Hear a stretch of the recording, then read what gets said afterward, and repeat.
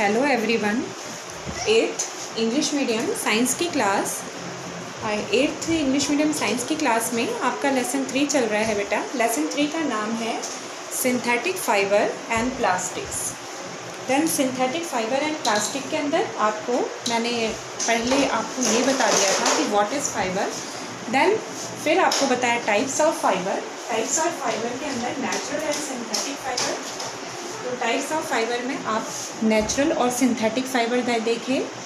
Then the types of जो है fibre के बाद नेचुरल और सिंथेटिक फाइबर को आपने जाना। And then types of synthetic fibre आप पढ़ रहे हैं, उसके अंदर nylon, rayon, acrylic, terylene, polyester, बहुत सारी चीज़ों का डिस्कशन हो चुका है। और अब मैंने आपको प्लास्टिक स्टार्ट करवा दिया है। देन प्लास्टिक के अंदर पीवीसी वगैरह का भी डिस्कशन हो गया है प्लास्टिक में। देन बेटा प्लास्टिक के अंदर आपको पीवीसी के बारे में भी बताया था मैंने कि किस तरीके से प्लास्टिक में आप लिखेंगे। कैरेक्टरिस्टिक्स ऑफ सिंथेटिक फाइबर भी कंप्लीट हो गया। एंड प्लास्टिक के अंदर आप जो है थर्मोप्लास्टिक भी पढ़ लिए। देन थर्मोप्लास्टिक क्या होता है, ये चीज़ मैंने आपको बता दी कि जस्ट जो ईज़िली यानी हीट देने पर बैंड कर जाए, तो वो आपके होते हैं thermoplastic. Then polythene and PVC are some of the examples of thermoplastic. And the next part आप लिख सकते हैं यहाँ पे thermosetting plastic. Then the thermosetting plastic, what is thermosetting plastic. Then अब आपका है thermosetting plastic.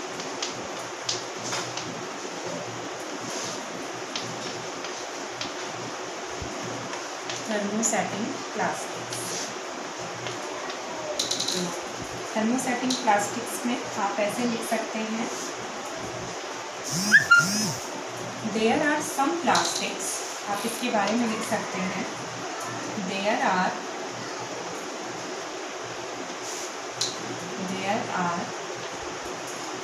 some plastics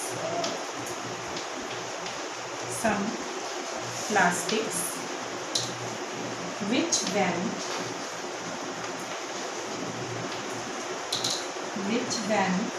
molded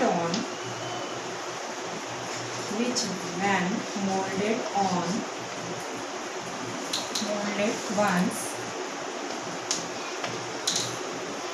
cannot be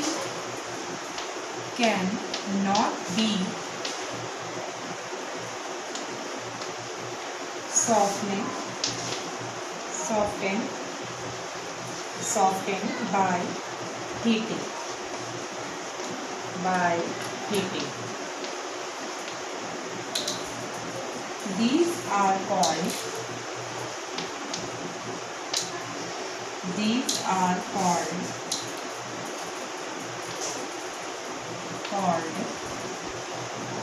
thermosetting plastic.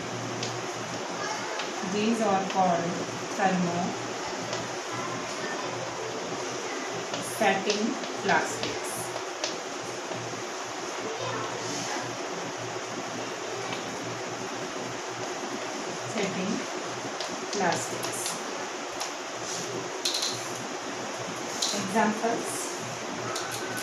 Examples आप दे सकते हैं इसके अंदर, बेकेलाइट,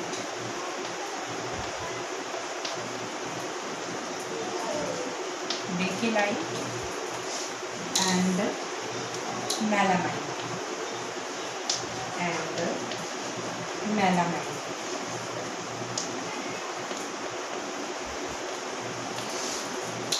देन आपने इसके पहले वीडियो में मैंने आपको बताया था कि थर्मोप्लास्टिक क्या है। देन आपने आज जाना थर्मोसेटिंग प्लास्टिक्स क्या है। देन थर्मोसेटिंग प्लास्टिक क्या होते हैं बेटा, तो आप इसके अंदर लिख सकते हैं, जैसे आप इसमें आप इस तरीके से बता सकते हैं कि थर्मोसेटिंग प्लास्टिक क्या है। तो there are some plastics which moulded once can not be softened by heating. वो मोल्डेड जो है which moulded of once can not be, मतलब वो एक बार उसको हम can not be soften by heating, यानी हीटिंग से भी हम उसको सॉफ्टनेस नहीं दे पाते, हम उसे मोल्ड नहीं कर पाते। And these are hardly material comparison than thermoplastic. These are called thermosetting plastics and such like examples bakelite and melamine. And what is यानी आप ये भी बता सकते हैं कि देन यूजेस ऑफ बैकेलाइट या बैकेलाइट का यूजेस आप कहाँ देखते हैं एंड मेलामाइन का यूजेस। देन आप इसमें बता सकते हैं कि बैकेलाइट एक poor conductor of heat and electricity होता है, इसलिए स्विचेस में, हैंडल्स में, यूटेंसिल्स में इसका वर्सेटाइल, और मेलामाइन वर्सेटाइल मटेरियल्स है। तो ये tolerance heat better and leather plastic, it is called making floor tiles, kitchen ware and fabric which resister fire.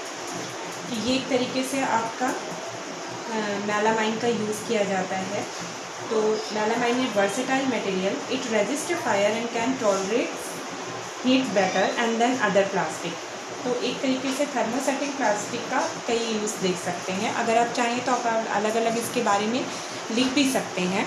Then मैं आपको इसके नोट डाल के इसके बारे में लिखवा देती हूँ। देन बैकेलाइट एंड मेलामाइन का यूज़ कहाँ करते हैं, या आप नोट डाल के लिख लीजिए। Then the uses of bakelite and uses of melamine, just commonly आप नोट के अंदर लिख सकते हैं इसमें दोनों पॉइंट। तो नोट डाल लीजिए। नोट के अंदर फर्स्ट पार्ट आप ले लीजिए बैकेलाइट ए,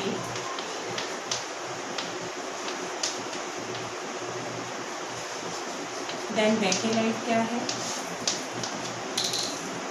एंड सेकंड आप ले लीजिए मेलामाइन। मेलामाइन क्या है, तो आप ये दोनों बता सकते हैं। मैं इसको आपको समझा दूँ। आपने देखा कि एक तरीके से थर्मोसेटिंग प्लास्टिक के एग्जांपल हैं Bakelite and melamine. Bakelite just आपका वो भी हार्डली, बैकेलाइट जो होता है इसको हम मोल्ड नहीं कर पाते, और वो एक तरीके से poor conductor of heat and electricity होता है। दैट्स ए पुअर कंडक्टर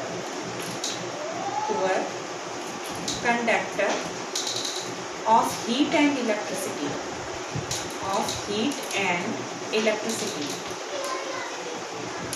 है ना, इलेक्ट्रिसिटी। तो ये आप बोल सकते हैं कि वो poor conductor of heat and electricity होता है बैकेलाइट, इसीलिए उसका यूज़ करते हैं हम जनरली एयर स्विचेस में, और आपके जैसे कई सारे यूटेंसिल्स में भी कर सकते हैं। स्विचेस में है, स्विच बोर्ड में भी है, और इस तरीके से कहीं पर हम कोई यानी इलेक्ट्रिसिटी से रिलेटेड कोई बोर्ड मेंटेन करते हैं, बोर्ड को लगाते हैं, देन उस बोर्ड में भी हम बैकेलाइट का यूज़ करते हैं। इसी तरह से मेलामाइन जो होता है वो टू रेजिस्ट द फायर, तो ये एक तरीके से फायर को यानी रोकता है, to resist the fire,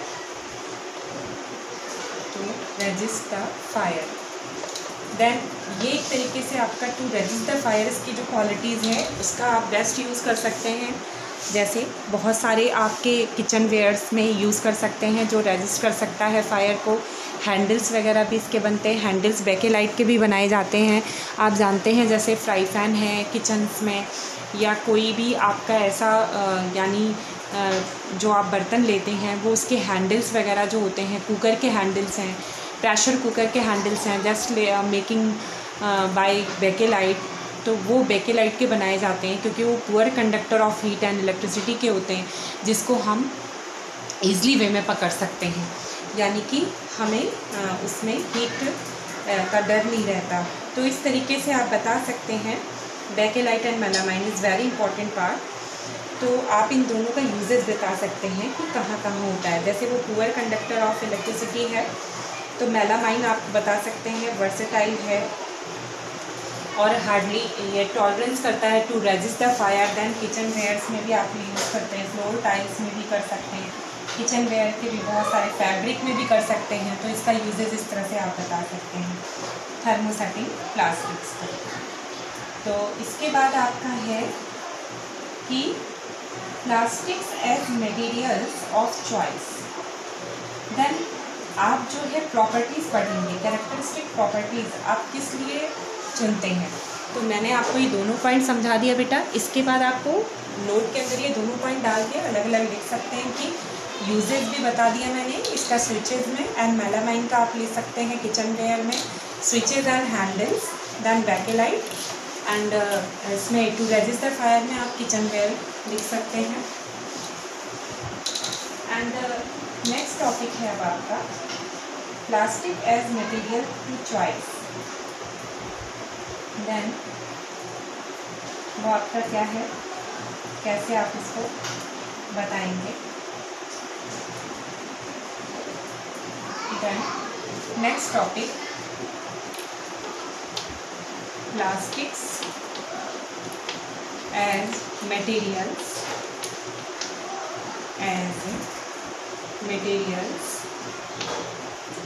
of choice.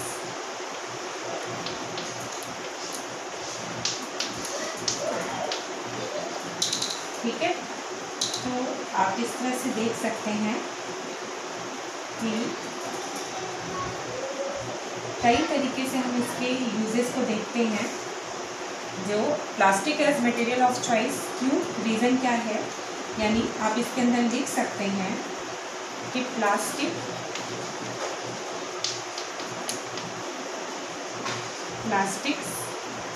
Container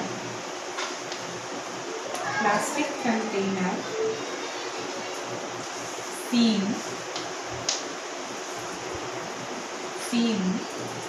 most convenient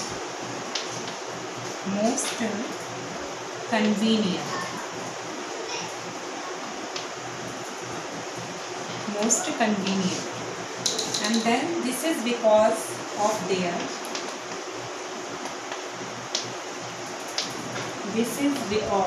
ये रीज़न क्या है इसका, this is because of their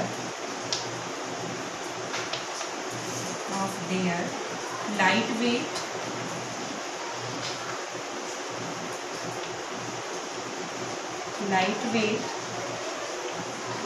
lower price, good strength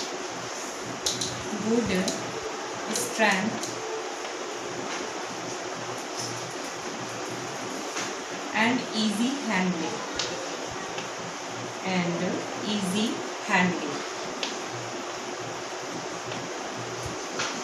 then एक तरीके से ये प्रॉपर्टीज़ हो गया। तो plastic as material of choice, आप प्लास्टिक को, आपका जो मटेरियल्स के अंदर प्लास्टिक है वो आप बेस्ट क्यों मानते हैं, या उसको आप प्योरिटी क्यों देते हैं, उसका चॉइस आप क्यों करते हैं, देन आप उस पर इस तरीके से समझा सकते हैं, जस्ट लाइक उसकी प्रॉपर्टीज़ एज ए प्रॉपर्टीज़। तो ये आप उसको डिक्टेट कर सकते हैं उसकी प्रॉपर्टीज़ के साथ। कैसे ये एक बार आप थोड़ा सा नोट डाउन कर लीजिएगा। प्लास्टिक कंटेनर सीम मोस्ट कन्वीनियंट, ये प्लास्टिक कंटेनर्स जो होते हैं वो जनरली काफ़ी हद तक सेफ़ होते हैं।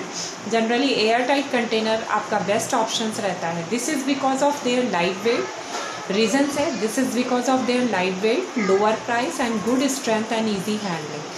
उसको आराम से पकड़ सकते हैं, उसका प्राइस भी कम होता है, लाइट वेट होता है, एंड गुड स्ट्रेंथली पावर, उसका स्ट्रेंथ भी अधिक होता है।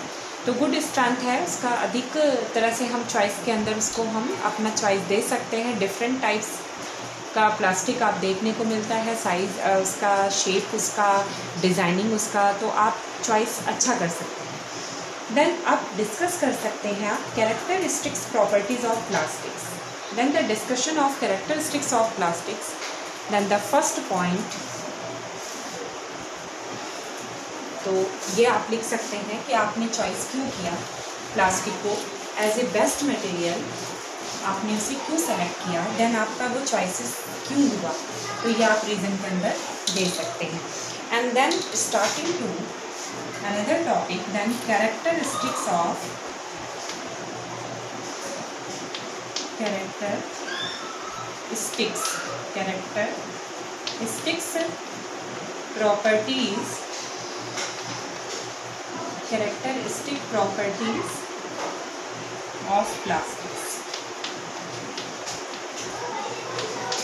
Plastics. Then characteristic properties of plastic के अंदर आपका फर्स्ट पॉइंट है डिस्कशन का, plastic is non reactive. Plastic is non reactive.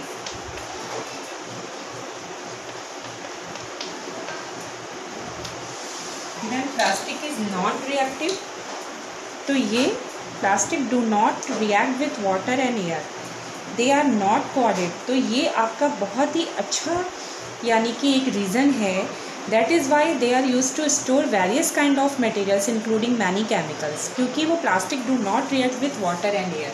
तो इसके अंदर आप लिख सकते हैं प्लास्टिक्स, ये आपका रीज़न आप डाल सकते हैं कि plastics do not react with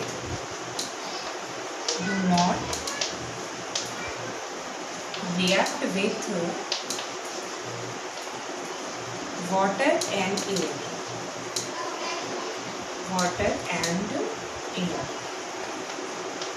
then very important reason। तो ये आपका कैरेक्टरिस्टिक प्रॉपर्टीज़ के अंदर आप ये लिख सकते हैं।